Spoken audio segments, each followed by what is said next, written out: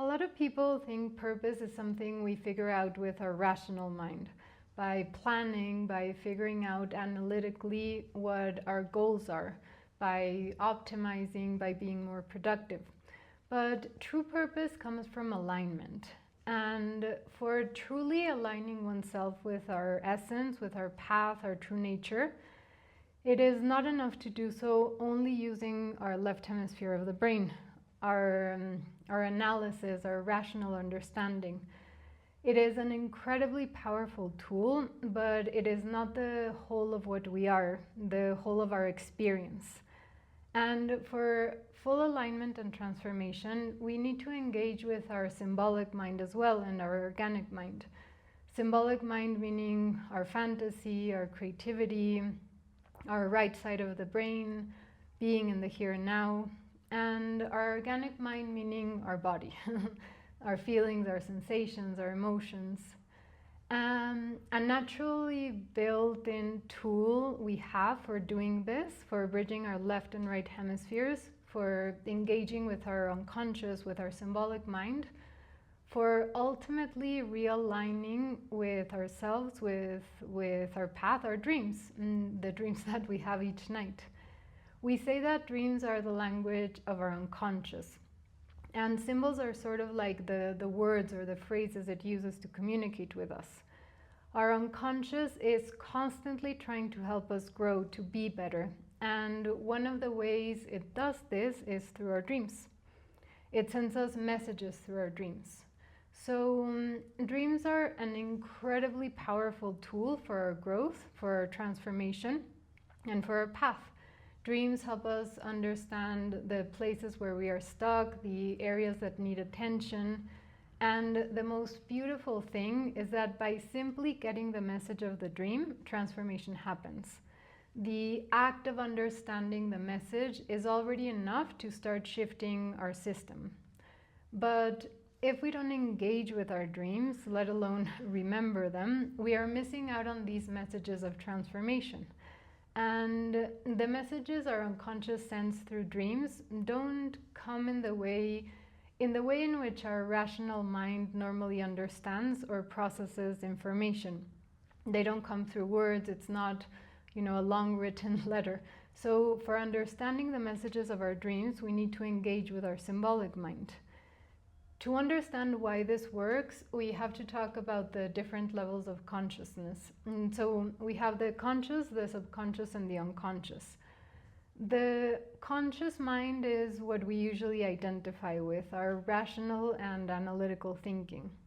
The subconscious is sort of like the bridge between the conscious and the unconscious. It filters reality. That is where we store memories that we have at hand, the stories that we live by, the narratives and the programmings we have bought into. And because of this filter, we each look at reality through our own sense of this is good, this is bad, this is acceptable, this is not. Then we have the unconscious, which stores all the information of our whole life. Some of it isn't useful in our day-to-day, so it kind of stays there. I mean, imagine if you had to constantly process and run through all the information of your entire life. It'd be pretty energy and time consuming. But it also holds the experiences that we call trauma or shadow, the unfinished impulses or undigested experiences. Things that when they happened, they were too big for us to integrate at that moment. Maybe because we didn't have the maturity or the safety to express what we felt then. So we store them in our unconscious, sort of in a to be integrated later box. The thing is that most of us never go back to open that box. And the crazy thing is that our system actually has built-in mechanisms to help us work through this material when we become ready for it or when we become mature enough. One of the most important ones is dreaming. Through dreams, our unconscious is pointing at those things and giving us answers. But again, the issue is that if we don't engage with this part of ourselves, we don't remember our dreams, we don't speak their language. And the thing is that these experiences don't just stay in this ambiguous place in our unconscious. They also have correlation with images or symbols, which through association resonate and trigger us when we face something that unconsciously reminds us of this original trauma or undigested experience. And they also have an impact in our physical body. At a level of energy, you can imagine these undigested experiences as like pockets of blocked energy. And in our physical body, these create tension. So we start to develop chronic tension by not integrating these unresolved experiences, and that starts reshaping our bodies. It alters the flow, and it can also lead to illness. Ideally, our body is just an open flow of energy. Emotions and sensations come, we feel them, they move through our body, and essentially or ideally they leave. But when the experience was too big, or we attach to it because, I don't know, we want to feel it more, or we don't want to feel it, we grab onto it, we solidify it, we hold it. These become pockets of stagnated energy in the body. These pockets of energy affect how we respond to life. And this is what's being poked when we say that we're being triggered. Something in the present resonates with an old emotion stored in the body, and the trigger can appear to be something totally random, a color, an object, a situation, because over time we build associations. And a great way of working with these are dreams. As I mentioned, the unconscious is constantly sending us information, pointing towards how to resolve it, how to better it. And this is why dreams can even affect our physical health. Just like we shower to clean our body every day, ideally, we also need to clean our energetically and emotional experiences. Deep therapy can help with this, some spiritual practices can help with this as well. But dreams are something that we have access to every single night. The first step is giving our dreams value and remembering them, because I mean, if you don't remember them, it'll be pretty difficult to get the message. If you don't remember your dreams, something that you can do is keep a dream journal by your bedside. And every morning when you wake up, recall the dream. Even before you open your eyes, before you even change positions in bed, just recall the dream, remember the details, what it made you feel, how you feel at this moment, and then reach for your dream journal and write it down. Even if at first you don't remember, do it.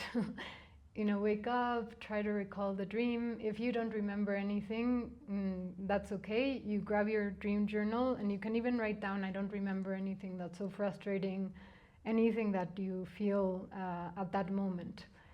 This will start to signal to your unconscious that you want to engage with your dreams, that you're interested, and you will start remembering them. Once you recall them, once you get into a habit of remembering your dreams, begin to notice recurring symbols, recurring emotions, patterns. By this, you will start to build your own symbolic map and understand what each symbol feels like to you, what it represents to you. This is why I don't like to use dream dictionaries, because your symbols are your own. And the aim is not to analyze the dream, but rather to start speaking the language of your dreams. I mean, you can research about archetypes or the cultural meaning of certain symbols to tap into the collective unconscious, but when they appear in your dreams or in your waking life, you will want to understand what that particular symbol means to you. I mean, for instance, snakes. In some cultures, they might have negative associations. In others, they can be portals to the underworld or signs of transformation. In yoga, they might mean or represent Kundalini. So what does the snake mean to you when you dream of it? Now, there are many techniques to work with dreams. The one I use most in my therapy practice is a kind of Gestalt dialogue. This technique was developed by Carlos de Leon, the founder of Ontogony. Each part of the dream, every object, every character, every color, represents a part of yourself.